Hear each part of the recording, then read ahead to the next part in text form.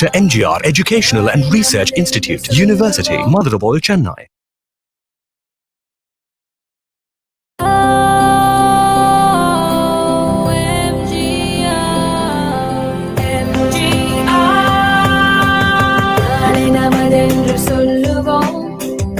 பாதையில் செல்லுவோம் கல்வியே கண்கள் என்றுமே பொது தலைமுறை நம் பெயர் சொல்லுமே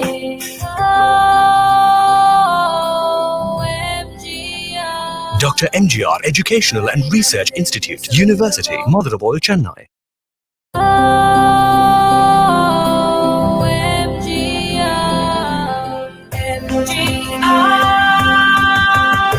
நமதென்று சொல்லுவோம் நல்ல பாதையில் செல்லுவோம் கல்வியே கண்கள் என்றுமே பொது தலைமுறை நம் பெயர் சொல்லுமே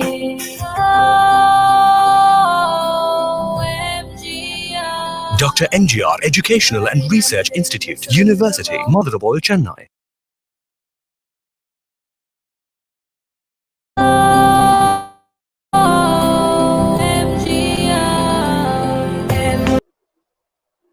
A pleasant good evening to one and all present here. First and foremost, I start with the beautiful quote: "Genius has no race, strength has no gender, courage has no limit." This is Jayamada. I am an assistant professor, Department of English. Shall be your host for the today's session. On this momentous occasion, it's proud to privilege to welcome the most courageous personality and also the first lady vice chancellor of our university, Dr. Geeta Lakshmi. We welcome you, ma'am. We extend a very warm welcome to our eminent chief guest, Dr. Archana M. Saradana, head of the Department of English and Adarsh College for Women, Annanagar, Chennai. We also have with us Dean Dr. S. Manivannan, Adayalampattu Phase II campus, Dr. MGR Educational Research Institute. And also I welcome Mrs. Julie Elizabeth, head in charge, Department of English. I welcome all the dignitaries in Visual Studio and my dear professors, doctorate, faculty members, and all other participants for a national level webinar on intersectionality, reflection on gender and race, organized by Department of English, Dr. MGR Educational Research Institute. We are so glad to have you all today. Now, through the session, we are going to learn about the analysis of both intersectionality and gender racism and how to gender interact with the other social identities. Now, I call upon Mrs. Julie Elizabeth, Department of English, to welcome the gathering, ma'am.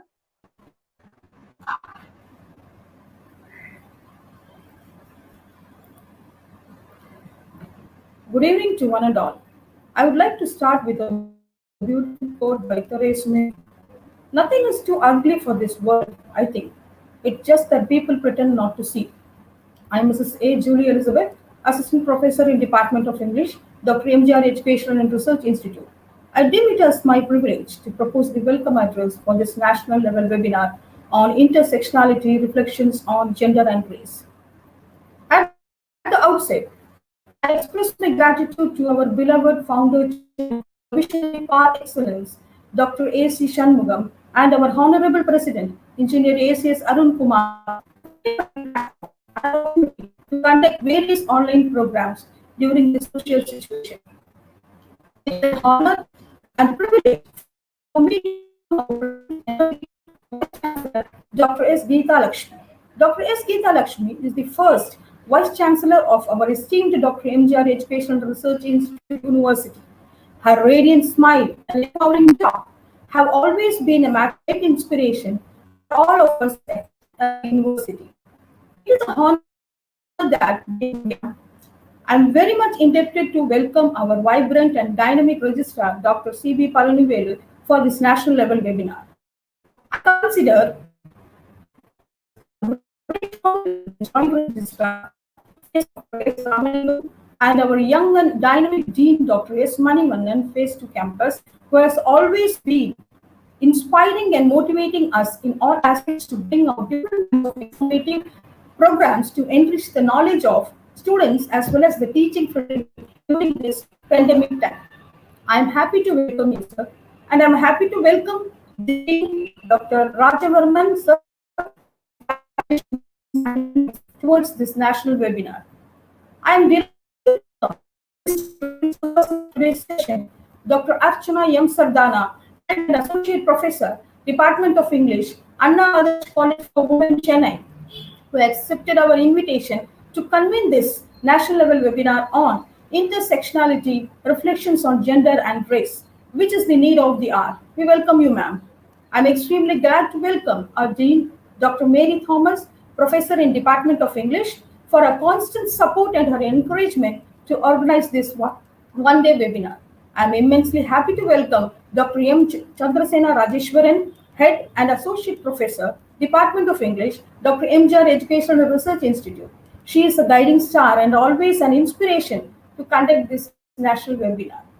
I also welcome the august gathering of eminent from various states and countries to gain knowledge through this session. I appreciate your valuable presence at this difficult time.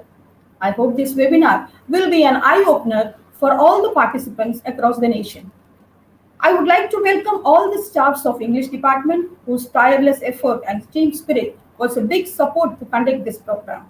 Also, I welcome all the heads of various departments and the teaching fraternity of our university for being a part of this national level webinar. I hope you have an engaging and enriching session ahead. Thank you.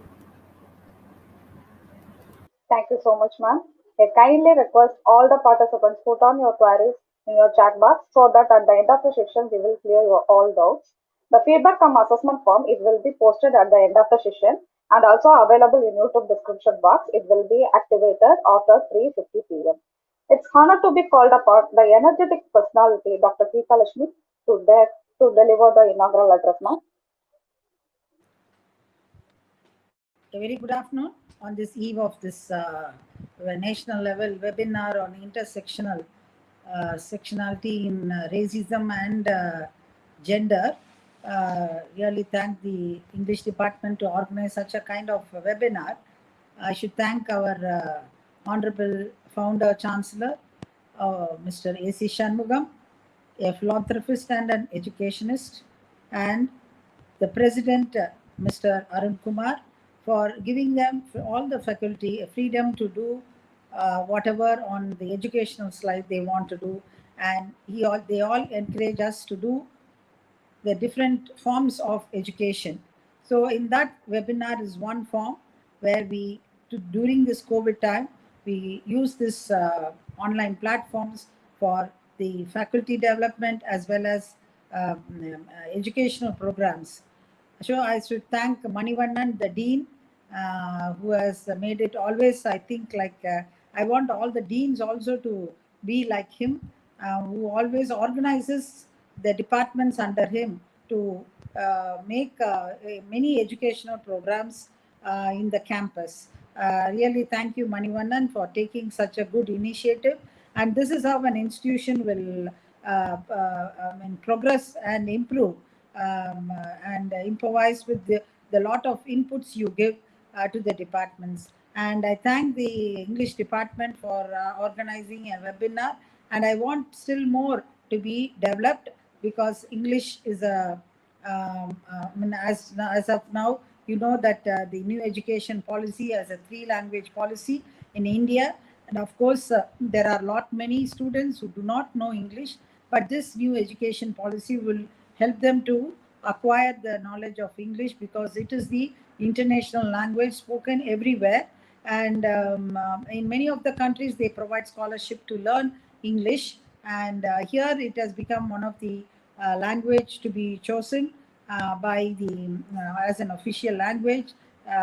So today, and as you said, like when you have the racism and gender, I would say like racism might be there, but gender wise, I think so there is no difference in gender because except for except for a few areas, there is no, but racism is definitely there. And particularly in United States and Australia, you have this racism where even though your language might be there, but still you are considered as a black and definitely they look upon us as a next level or a third level or fourth level. That is how it goes, because I've seen it for myself. And unless you prove yourself, but gender is not at all there. Each one are equal, women or a man, they are all equal. So there is no gender disparity there, but only racism is there. But let us progress, like how to evolve on this, racism going on in the international arena, particularly US, and also you can see in some of the European country, racism is there. Of course, that also I've seen, particularly in Netherlands and other place where there is racism, and you are graded as the last one and looked upon very low. So that is how happens. So we have to prove ourselves through our own capabilities, and which we can show to the world. So this is why I want to say, but there is no gender disparity anywhere in this world, and because women and men are claimed to be equal. So with these few words, I think so the webinar will throw more lights on the intersectional racism and gender disparity, which I also want to listen to, but might be the focus might be in a different angle, which what I thought of might be, it would be in a different angle, but what my perception I've told. So thank you for inviting me for this inaugural session, and definitely this will throw light on the participant, like how and what not to do and what to do in future. Thank you. Thank you so much for giving your opinion, ma'am, about the intersectionality and reflection on gender and racism. And now I would like to call upon Dean Dr. S. Manivannan to deliver the felicitation address. Good afternoon, everyone. Before going to my felicitation address, I wanted to thank our Vice Chancellor, Madam, for pricing our Phase II campus. Really thankful, Madam. Your motivation is the secret behind our success. Your encouragement in every aspect pushes us, that makes us to work further. That is the secret behind the many programs by Phase II campus, Madam. Thank you. Thanks for your appreciation, Madam. Of course, I wanted to personally extend one more thanks for you to for joining this program and inaugurating personally, in spite of your busy schedule. I know you are going around for the many campuses and being Vice Chancellor for the multifaceted university like Dr. MGR, going to be a tough job. Morning one college like that, you have very longer visit, but you are spending time for encouraging this kind of small initiative also. We are thankful to you, Madam. And of course, I wanted to thank our Dr. Sadhana, Madam, Head of the Department English, joined from Anna Others College, for accepting our invitation and to be here for sharing her knowledge with intersectionality, reflections on gender and race. Really, this topic is going to be a wonderful topic, and especially I connect this topic in connection with the teachers, especially the classrooms in India, like the country like India, where we have diversity. Diversity is a factor which we need to consider. In spite of our knowledge and the experience, this must be considered as a first and foremost factor, where this factor will be the very important for being successful in any profession, especially for the teachers, especially understanding the students' race, family background, etc. This technique is specially called as social and emotional learning, learning about families of the students, engaging families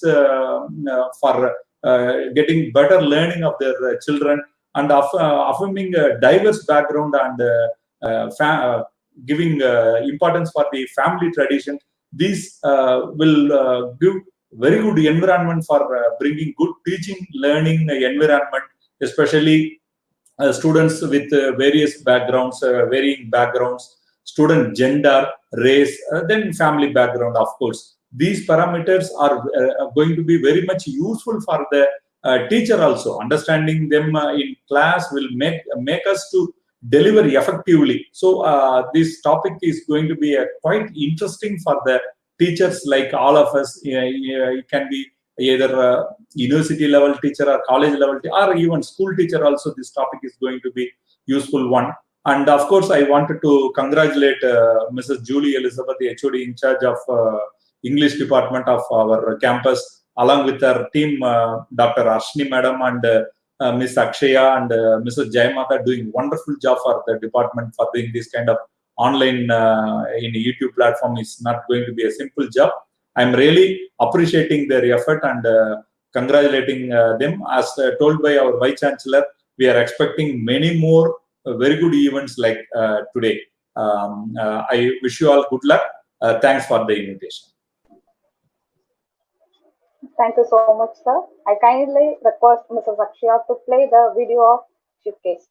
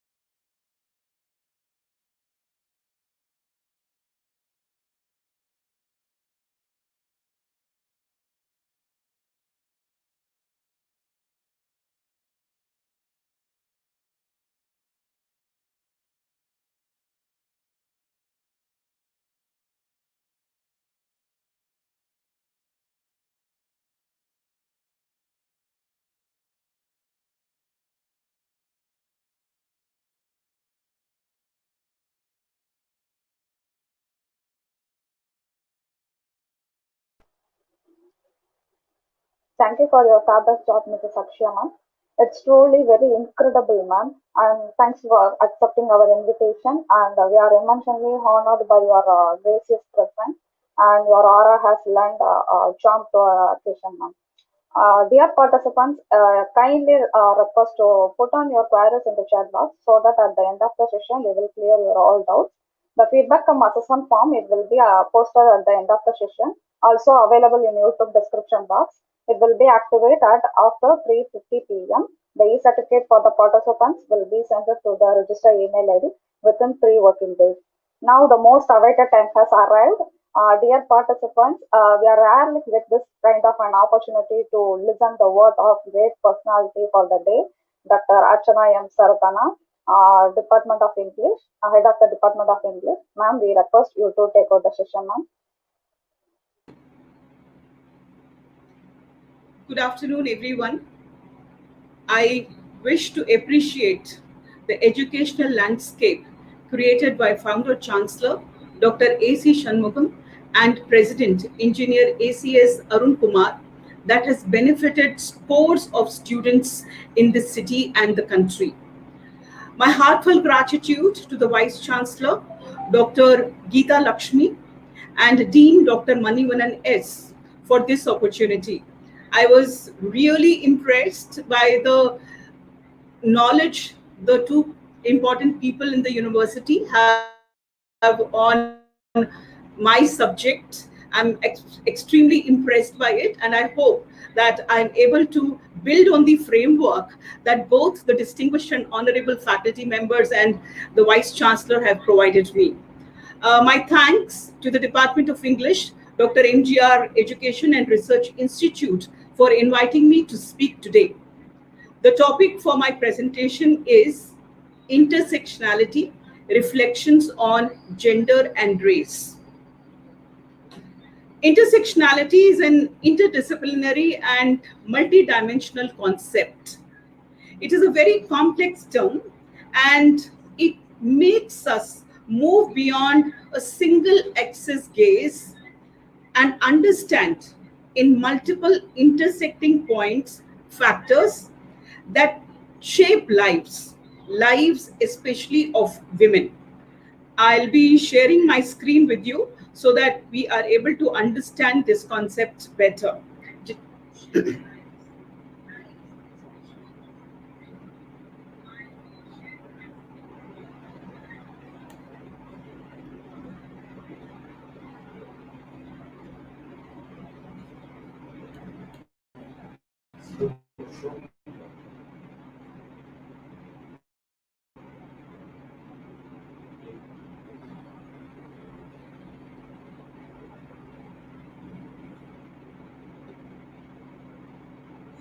So, as I just mentioned, the term is extremely complex. And what does this term do? It makes us move beyond one single framework. Most of the times, we look at frameworks which are hinging on one singularity. And such frameworks can only give us two options, and the two options are either or. But intersectionality helps us evolve to the next level or at a very, very different level where we don't think of either or, but we think of both and. So this becomes the basic of our logic, and we go beyond from single dimensions to multidimensional frameworks. We should be studying how these multidimensional frameworks come into action and the entire dichotomy of its view.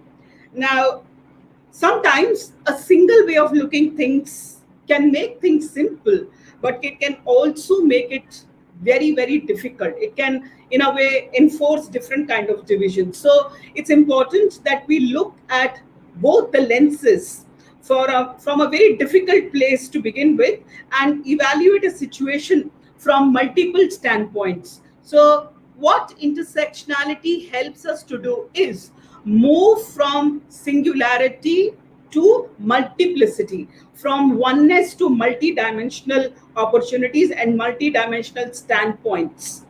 It creates a room where we can share logics which account for differences and helps us to understand different perspectives.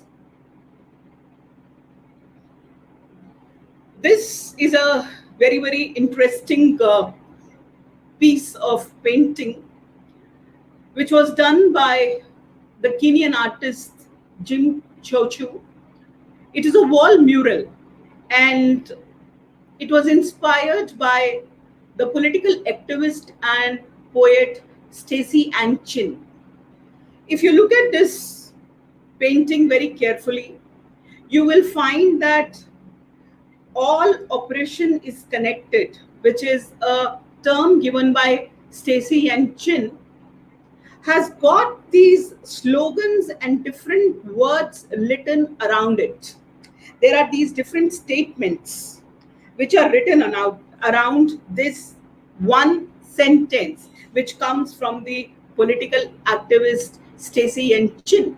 And these are not random words.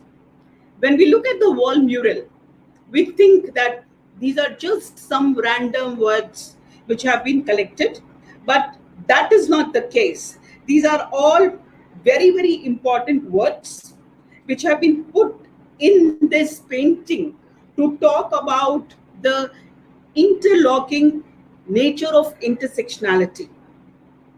Stacey herself, as we know, is a great activist, and she has written a lot on the intersectional philosophy of operation, and she wants to point out to us that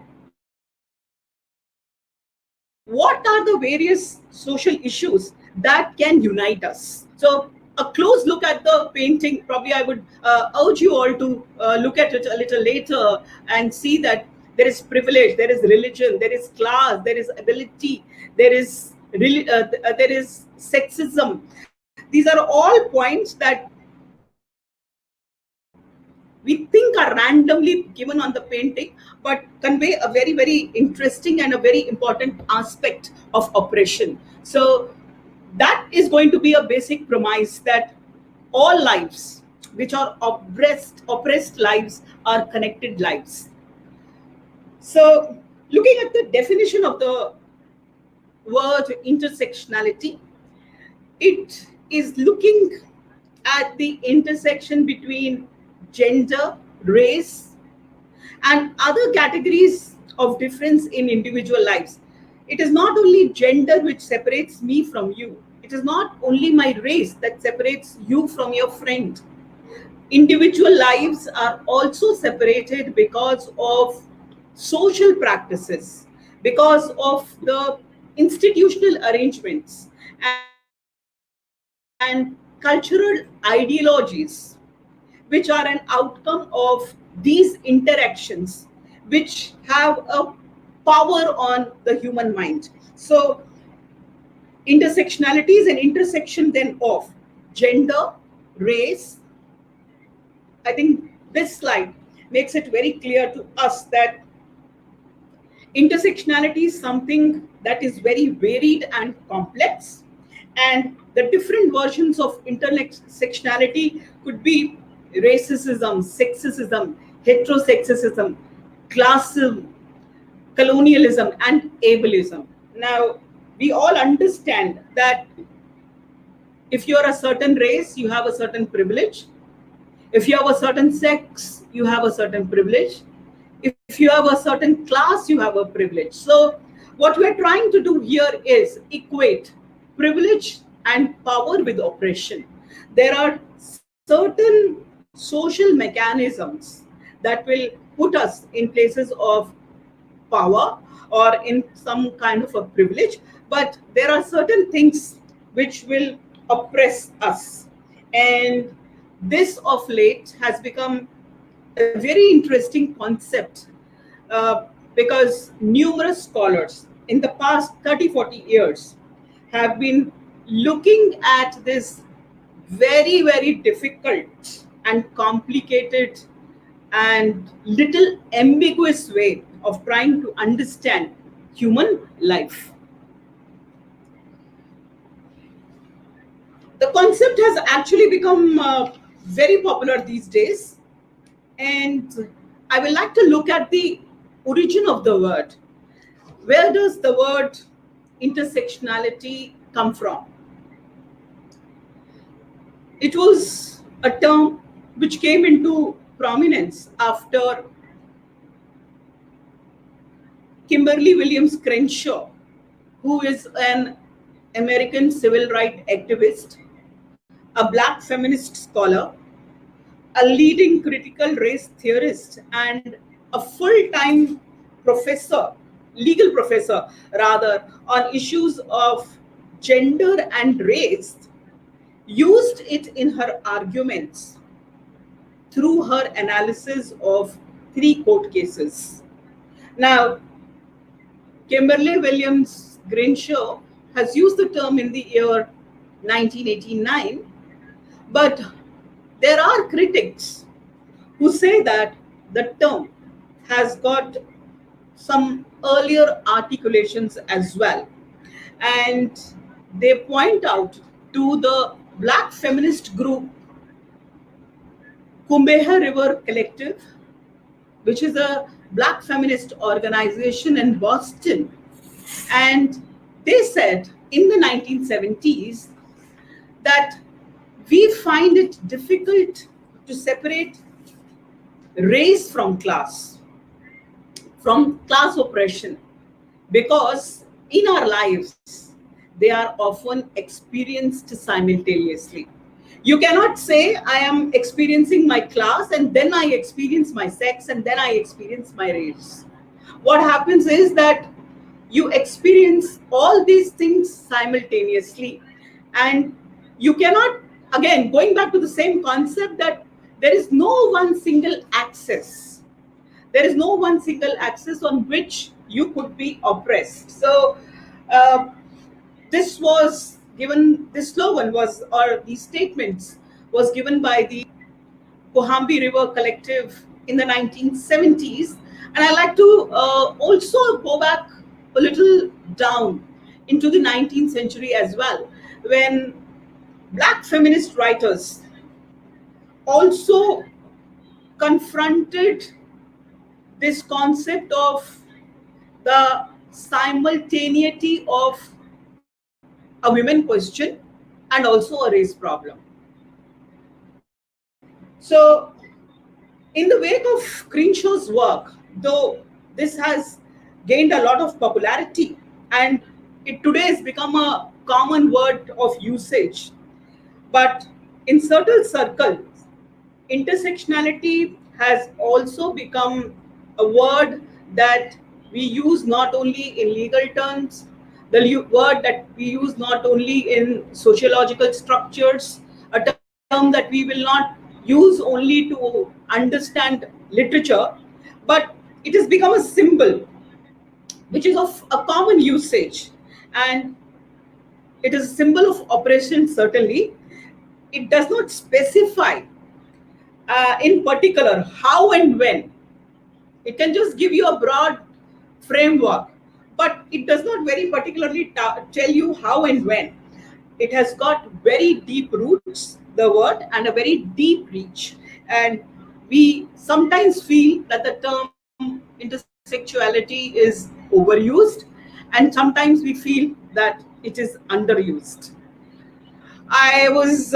It was sometimes last year, I think, and during the global Golden Globes Awards, I found this picture that I saw in the one of the foreign dailies, and it really got me thinking.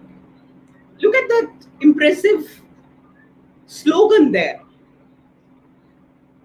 What is intersectionality? All of who I am. So this is very recent. We are talking about the 2019 Global Golden Globes Awards. And all these Hollywood women, if you look at them, They are all dressed in black.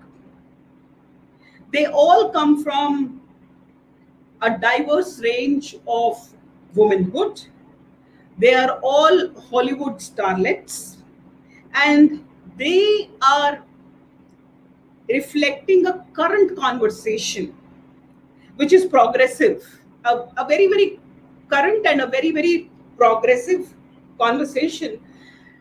Now, when they say that we are speaking about intersectionality, and when we say intersectionality, it means all of who I am. There isn't a single axis of understanding, but multidimensionality and multiplicity. So I am of all that what I am. So if you look at the word, and if some of the women we can recognize are the actors, we are having here, if you look at the back row, we have activist Terena Burke, Michelle Williams, the Hollywood star. We have America Ferrera, Jessica Chastain, Amy Poehler, Meryl Streep, Kerry Washington, Natalia Portman, and Saru Jayaraman.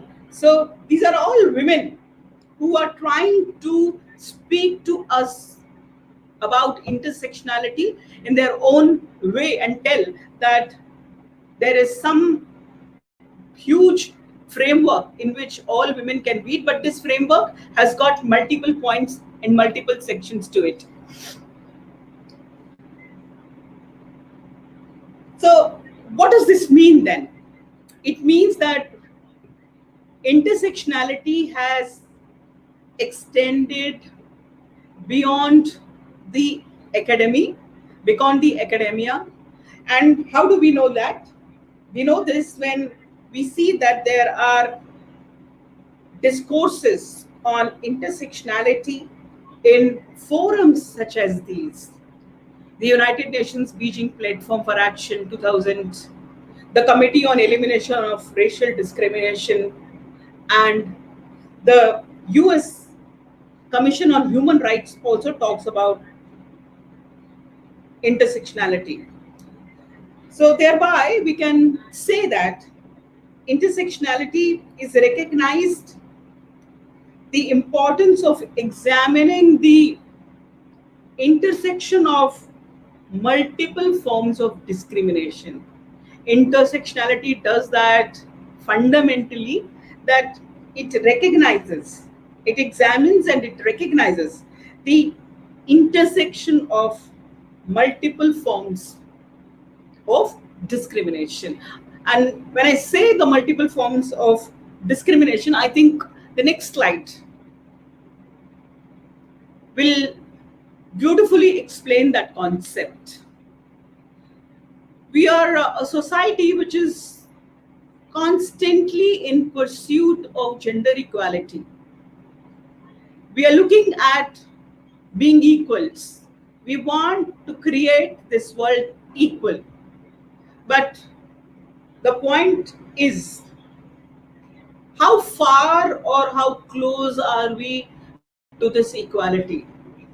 And if we are not where we want to be, what are the factors that draw us away, that keep us away?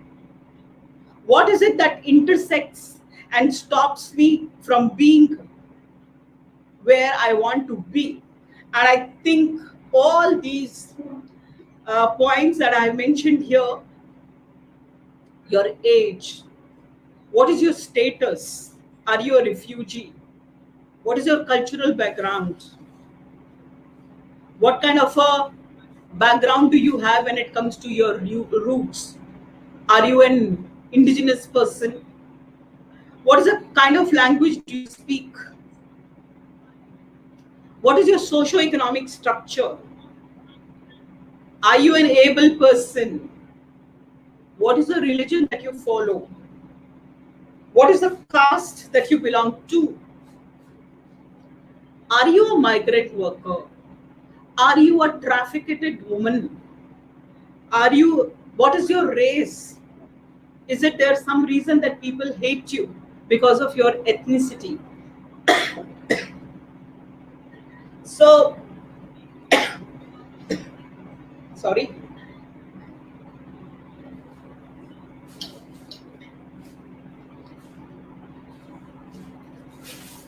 These are all intersecting conjunctions which will define you, how much ever you may say, but every time and many times in your lives, you will need to keep on fighting these, if I say, or using these. You could be either oppressed because of these, or you could be privileged. Both the things are possible, that you could get a privilege out of your age, you are younger, you can do your work. If you don't have a disability, again it goes to your privilege.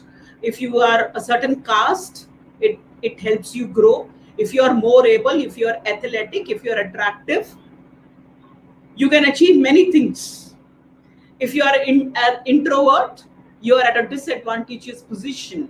So these are the various intersections that probably will either help us be in a privileged position, or they would impress us.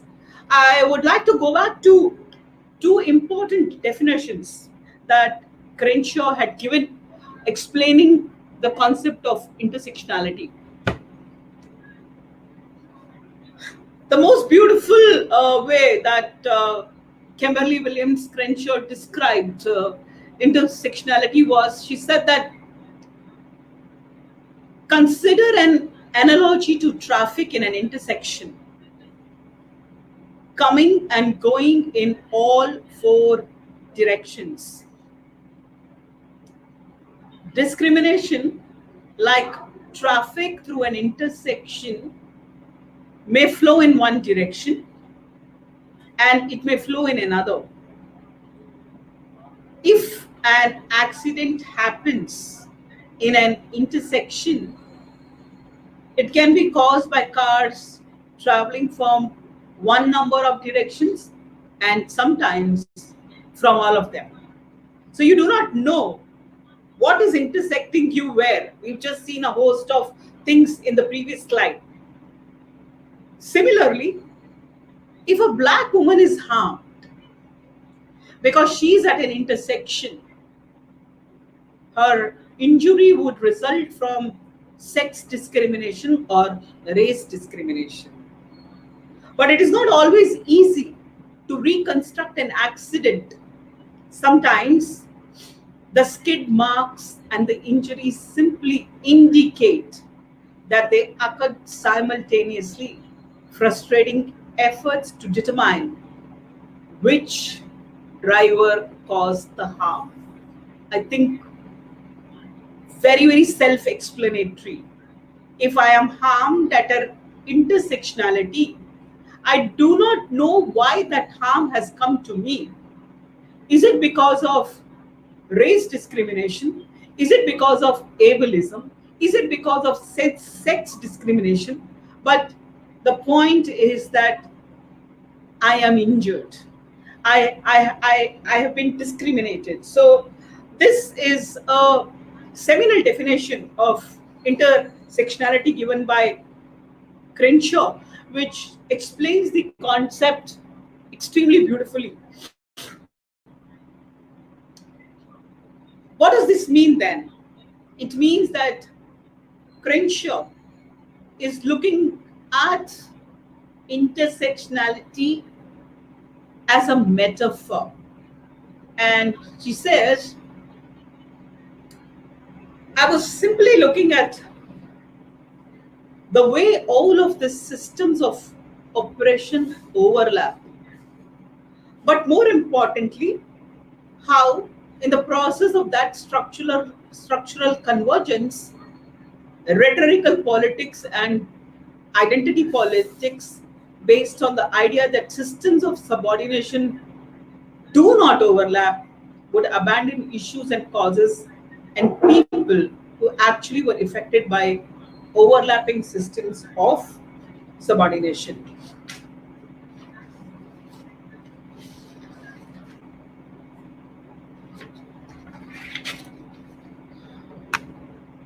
explaining this further, Crenshaw spoke about three different types of, or three different aspects of intersectionality. The first is structural intersectionality. So when you speak about structural intersectionality, according to Crenshaw, it is the way in which the location of color at the intersection of race and gender makes your experiences of domestic violence, rape, and remedial reforms, and how this structure is different from the structure of the white women, because she was basically speaking for the Crenshaw was talking about the black women. So she said that how these structures, the location of these structures intersects race and gender, and the actual experience of domestic violence for a black woman is going to be much different than that of a white woman. Speaking about political intersexuality, she said that women of color are marginalized because what is the political support that they get? There are no separate rules for black women as such. So every time a black woman is fighting, she has to fight as a woman under the rules which are common for the white women. And if she is fighting sexual discrimination, then the rules which are framed for the black man. So her contention was that the employers in America, in that particular time, in the case that she studied, they did not appoint black women as their employees. White women were chosen and black men were also chosen. But so the black men were chosen, the racial discrimination did not matter to them, and white women are chosen because the sex did not matter to them. So the people who were left out were these black women. So she is saying that this is a very, very battering experience for the black women, that these kind of groupings that they see, and they are disadvantaged in this representation. They are marginalized. The third intersectionality that Crenshaw speaks about is the representational intersectionality. She suggests that there are multiple factors for the woman of color which are culturally constructed. And we'll also talk about this for the black male also a little later. I would also like to do that, though Crenshaw doesn't speak much about it, but just as a passing, it'll be interesting to see that as well. So Crenshaw suggests that focusing on intersectionality of dimensions that construct this, the women of color suffer a lot. The women of color suffer much more than the black man and the white woman. So I think this is, it gets very clear to us that the expansion of the definitional scope of intersectionality is to include all social structures. That means that everyone's unique social advantage and disadvantages are subject to scrutiny. Human life cannot be explained by looking into single categories. People's lives are complex and multi-dimensional. Please understand that. We don't live a singular life. This life is a complex life, and it is multi-dimensional, and thereby the lived realities are shaped by different factors and social dynamics which operate together. If you are asked a very simple question, who are you?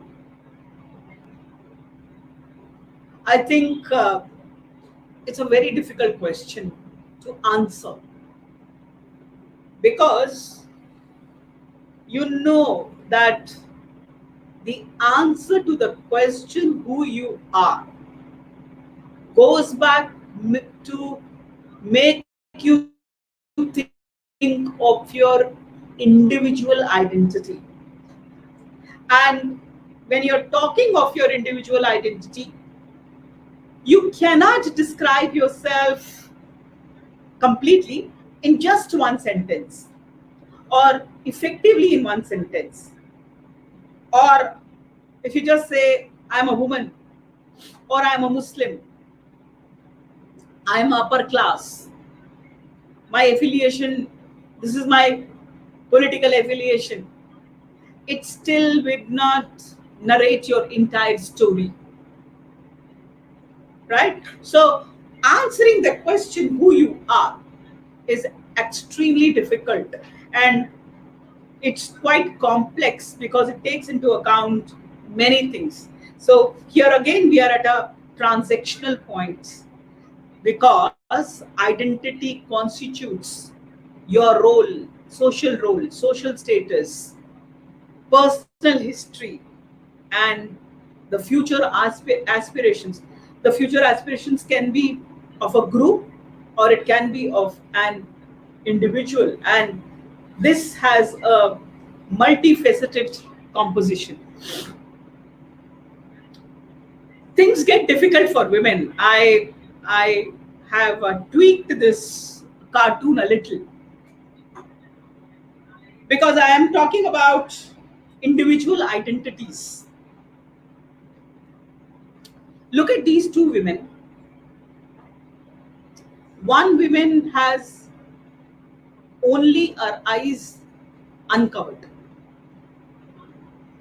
The other woman, her eyes are covered. Both of them are talking about male domination, but the woman clad in burqa says, oh, nothing covered but her eyes. What a cruel world. What a cruel male dominated culture. The other woman to our left says, oh, everything covered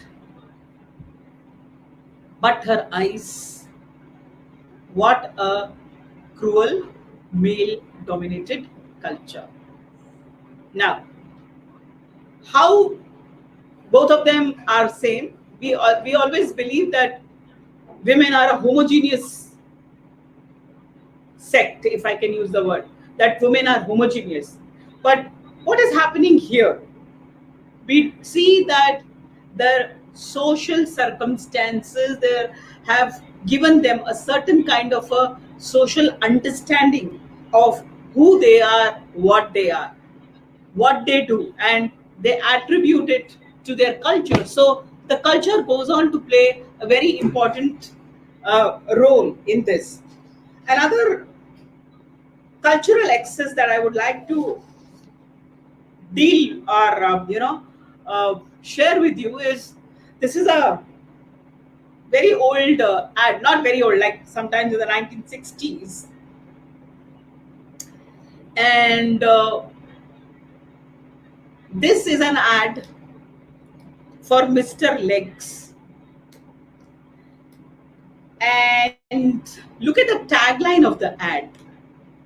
This man who's wearing Mr. Legs decides to stamp the woman's head. And mind you, the woman is wearing tiger skin. So, though the woman's head is attached to the tiger skin, the man is dressed in the legs trousers can triumphantly stample on her and say that it's nice to have a girl around the house. Though she is a tiger woman, but our hero can stamp her down on the floor, and one look at it, he's already ready to walk over her. So sexism was very, very prevalent. And we are again talking about the class here, the male class belonging to the upper classes. These are some very, very cringe-worthy examples of ads that objectify women. A man dressed in this manner, and then a woman wearing a tiger skin, but still under his feet.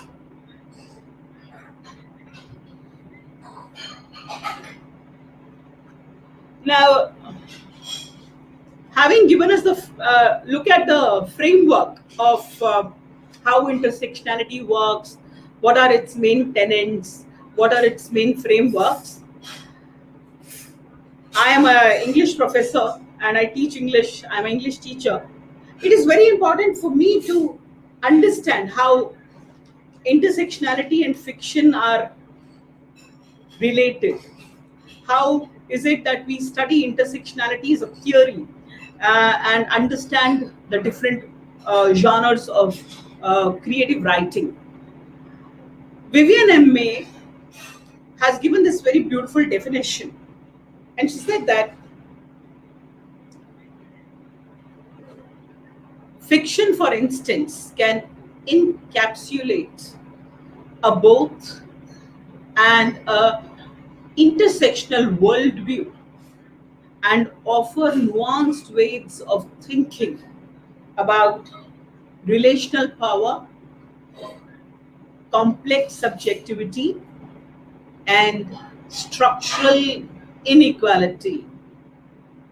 It can sometimes offer what traditional empirical or philosophical work may not. Fiction can do this for us. It can help us to think about the relational power. It can help us to think about complex subjectivity and structural inequality. These are attributes which are very, very empirical and philosophical. But even these areas may not be able to help us to understand this. So this is the power of fiction when it comes to understand literature in terms of intersectionality. I will very quickly like to look at 2 or 3 works of writing across the different climes and see what are we looking at. Now, all of us have read The Pride and Prejudice, and we know that Elizabeth's relationship to Darcy is fraught with tension because of class and identity. Because the Bennet sisters, how does the novel open? It says that every eligible man must find a woman, but actually it is the reverse situation here. And the reason for that is that patriarchy is such a strong system, not only then, even today. The Bennet sisters are all daughters, 5 daughters in the house, and if their father dies, they have nowhere to go. So it is important for them to find their life partner.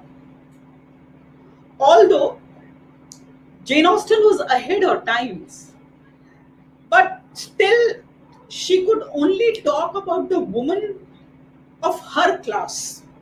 It was not possible for her to look at class behavior of the other classes. It's a mode of behavior of a financial status, and classes certainly has had a very, very divisive impact on women oppression. It is interesting today also, there are so many dating sites, and how do you find a man? You're only interested about his looks, you're interested about his wealth, you are looking at his height, wealth, uh, uh, can I also say job titles, etc., etc.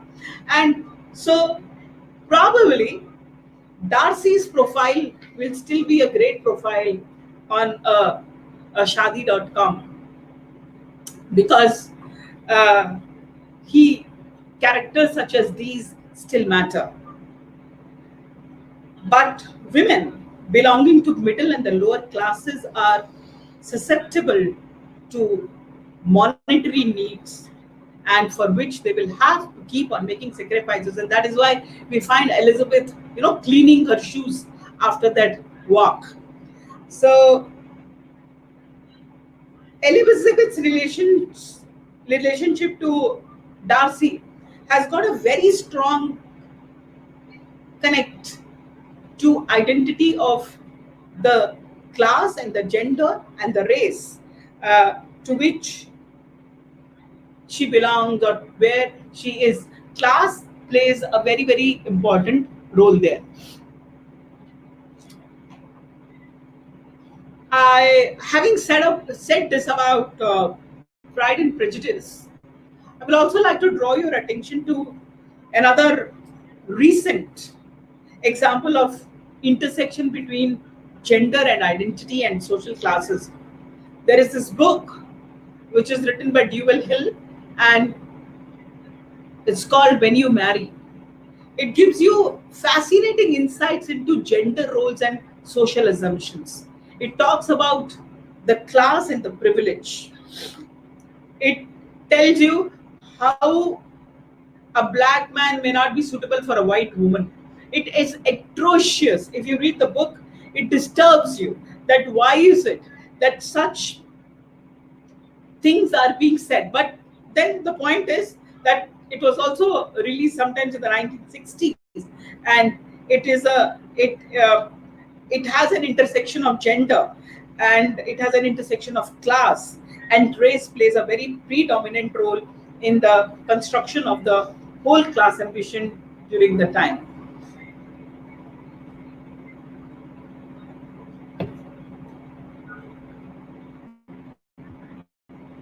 Another interesting book is by Anita Rao Badami, and it's called The Tamarind Name. I will request all of you to please read this book if you haven't read it.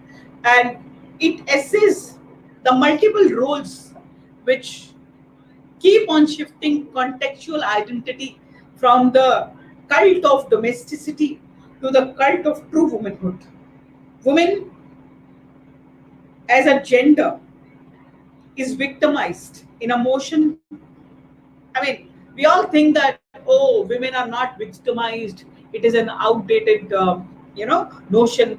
But sadly, women are treated in a derogatory manner, and we all have this false sense of supremacy between gender and the race. So this is an interesting book. You could just look at it as well and see how this also works on the axis of intersectionality.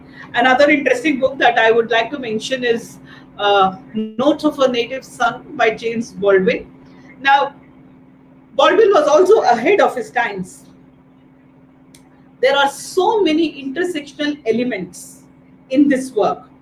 The intersectional elements of anti-racism, anti-nationalism, anti-heterosexism, and he has organized in thoughts, and he talks about the ongoing battle which is against injustices in all these dissimilar forms. So that's also another interesting book.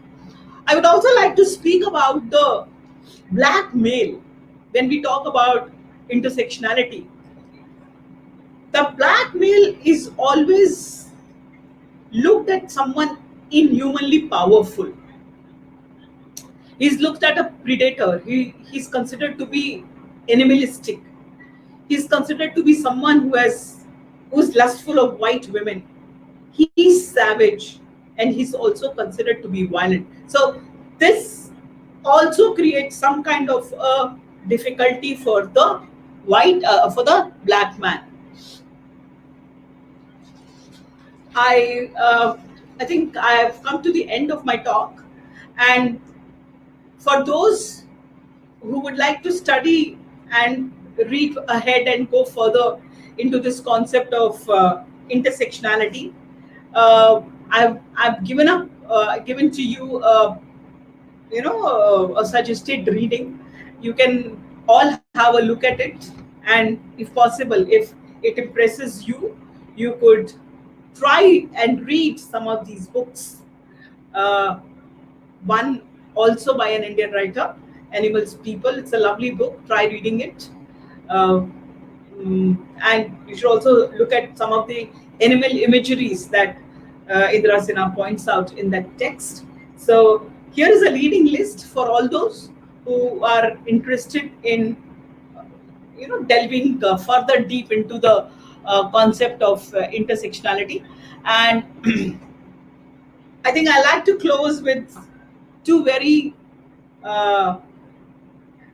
deep quotes which I love a lot, and these go like this: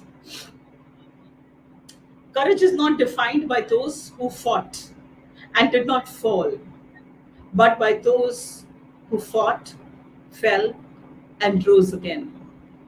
Henry and Rich. There is no such thing as a single issue struggle. Most important, I think that's the best way to conclude my speech. I started with a single excess, and I'm now saying that there is no such thing as a single issue struggle, because we do not live single issue lives. Thank you.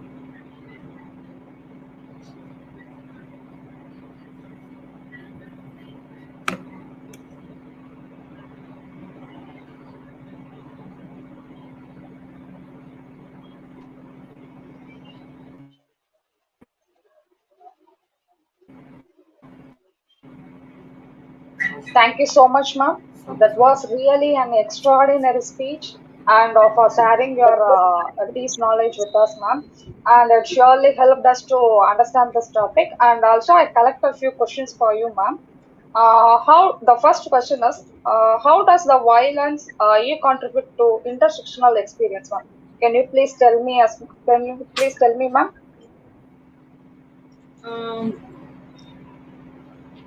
Can you please read out the question again? How does violence contribute to intersectional experience? I think violence is a very, very important intersectional point. You see, what is violence? Violence is something that gives you power, and this power you exercise over the people who are oppressed, and you tend to discriminate with those people over which you have power. So violence is a very, very important intersectional point, because we see violence not only in social spheres but also domestic violence, isn't it? So violence, it could be a racial violence, it could be domestic violence, it could be police violence. So that violence is an extremely important intersectional point, I think, and it plays out in different ways in different places. A very good example, I think, in the current situation could be the Black Lives Matters, isn't it? So see how violence goes on to play a very, very powerful role there, because you exercise your power. Yeah. Okay. I hope I have. Okay, thank you, ma'am. Yeah. And the second question is, would you tell us which are some early texts of intersectionality? Can you please tell me? Early text. Okay. Yes, early text. Okay. I think what can be more earlier than the Bible? What can be more earlier than Homer's Iliad? You have Helen there, or so we do not know why is Helen victimized. Was she a seductress? Who is she? Why is it? Was she really in love with Paris, or how did she fall in love with Paris, or why is it that we all know the story that all the three sisters they go to Paris and say, tell us who is the fairest of them all, and they start to bribe, and Aphrodite tells Paris that I will give you the most beautiful woman. So I think there are very, very early importance of all these things. Look at even a mythical character like Pandora. She's also given, she's also made to look someone very, very different, and how first she was a protector and then she takes on to a different role. So I think there are these in my view, the Greek mythical characters, or even in epic poetry characters like Helen. It always I quite try to sometimes understand, was she really a seductress or was she a victim? Okay. So these would be all very early examples, I think, of uh, texts which speak about intersectionality. Okay, thank you, ma'am. And the third question is, what role does culture have in intersectional framework, ma'am? Can you please tell us, ma'am? Oh, culture, I think is Culture have in intersectional framework. yeah. Okay, yeah. So I think culture is at all domains in our societies. We are all culture plays a very, very important role in how we grow up, and it becomes an important discourse in all domains of our society. So we imbibe it. You see, we imbibe the culture from our childhood, from very young age.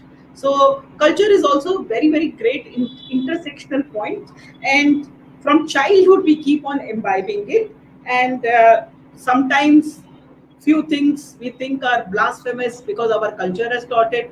Sometimes few things we can pass because our culture has taught it. So I think it is a great practical domain on which intersectionality works.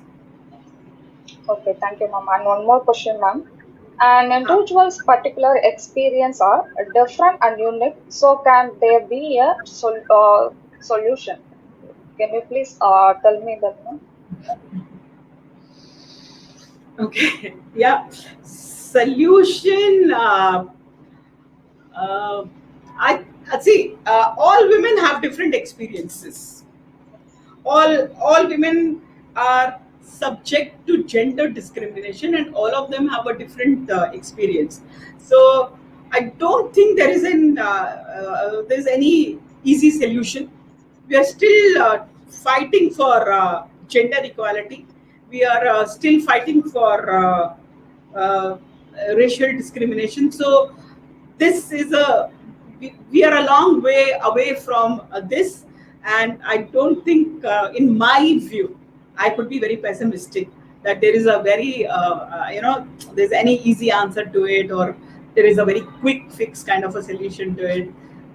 It's going to be a lot of struggle, and in my view, but I may be very, very kind of optimistic about the whole thing, because I feel that all women are subject to gender discrimination. I mean, that's my view. So thereby, I don't think there is some kind of an easy solution. Thank you, ma'am. Thank you so much for your all answers. And now, to give the perfect end of this program, I would like to call upon Dr. P. Harshini, Associate Professor, Department of English, to present the vote of thanks.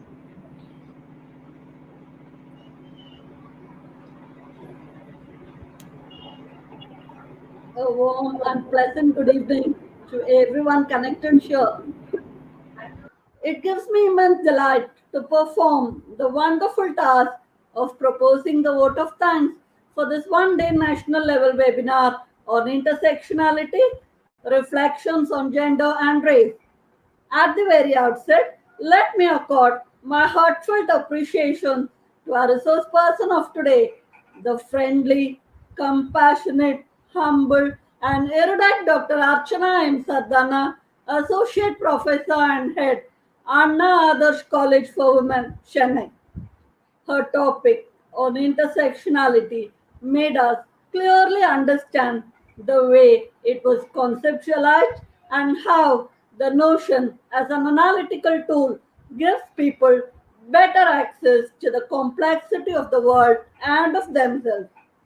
We have also understood from her presentation how intersectionality takes into account people's overlapping identities and experiences in order to understand the convolution of predispositions they face.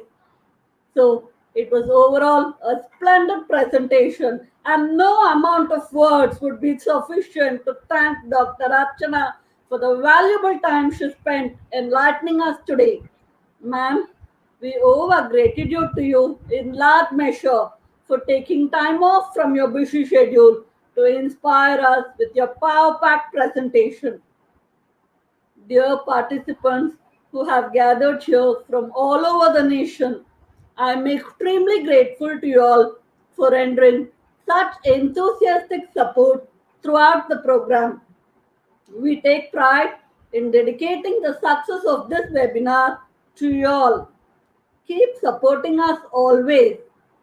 I am much beholden to our visionaries, Honorable Founder Chancellor Dr. A.C. Shanmugam and beloved President Engineer A.C.S. Arun Kumar for providing us a valuable platform to conduct this one-day webinar for the benefit of the literary community. I also convey my special thanks to our distinguished Vice Chancellor, Dr. S. Geeta Lakshmi, for her beautiful inaugural address. Indeed, her presence added radiance to the entire program and sent sparkles of joy. I am also grateful to our esteemed registrar, Dr. C.B. Palanivelu, for his immediate consent to organize this webinar on a grand scale. I must specially thank our other dignitaries of our university, our Joint Registrar Phase II, Dr. S. Ramalingam, Dean Dr. S. Manivannan, Deputy Dean Dr. V. N. Rajavarman, Dean Department of English First Year Campus Dr. Mary Thomas, and HOD of English Department Dr. M. Sandrasena for being pillars of tremendous strength and support whenever approached. I would be blamed of ingratitude if I don't remember and thank the members of the Department of English Organizing Committee comprising of Assistant Professors Mrs. Julie Elizabeth, HOD IC, and other Assistant Professors Ms. R. Akshya and Mrs. Jaymada, and System Administrator, Department of Computer Science, Mr. Ganesh Babu, for all the hard work they have put forth to see the program in good light. I also thank all HODs, staff members, and students of our esteemed university for supporting us and watching us take up this successful expedition of organizing this one-day national level webinar. I wish to bring in the notes of noted philanthropist Benjamin Franklin as a perfect ending to this speech of mine. An investment in knowledge pays the best interest. So let's never stop learning and always be excited of learning adventures. Stay safe and healthy. Thank you. Thank you so much, ma'am. The feedback come assessment form, it will be available in YouTube description box. You are requested to complete and submit the form before today 10 p.m. Later, the form will be deactivated. The e-certificate for the participants will to send the registered email ID within 3 working days. At this pleasure moment, we would like to present our appreciation certificate to the chief guest. May I request Mrs. Akshya to display the appreciation certificate to us?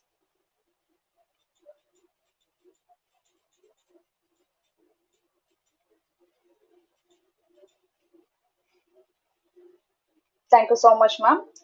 Dear participants, as I already told you, the feedback cum assessment form, it will be available in YouTube description box, and also you are requested to submit your feedback form today 10 p.m. Later it will be deactivated. The e-certificate for the participants to send the register email ID within 3 working days. We have come to the end of the program. I hope you all enjoy the session. And until then, we will meet you in next program. Don't forget to submit your feedbacks and subscribe to our YouTube channel, Dr. MGR University Digital Learning Phase II Campus, and for the further updates and about our programs and videos. Thank you all, my dear participants. Make this moment pleasant and lovely. Thank you all.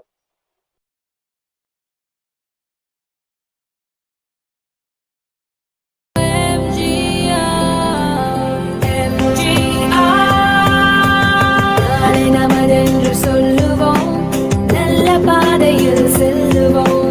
கல்வியே கண்கள் என்றுமே புது தலைமுறை நம் பெயர் சொல்லுமே.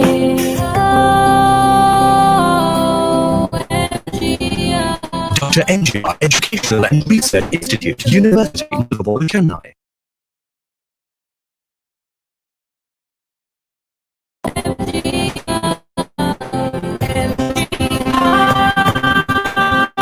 நமதென்று சொல்லுவோம், நல்ல பாதையில் செல்லுவோம்.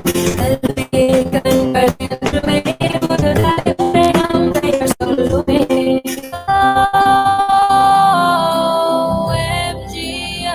Dr. MGR Educational and Research Institute, University, Motherboil, Chennai.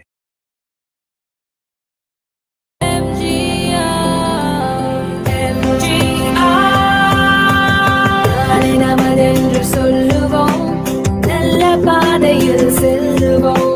கல்வியே கண்கள் என்றுமே புது தலைமுறை நம் பெயர் சொல்லுமே.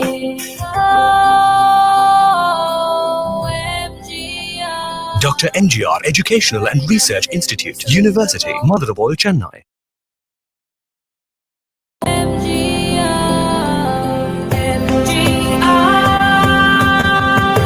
நமதென்று சொல்லுவோம், நல்ல பாதையில் செல்லுவோம். கல்வியே கண்கள் என்றுமே புது தலைமுறை நம் பெயர் சொல்லுமே.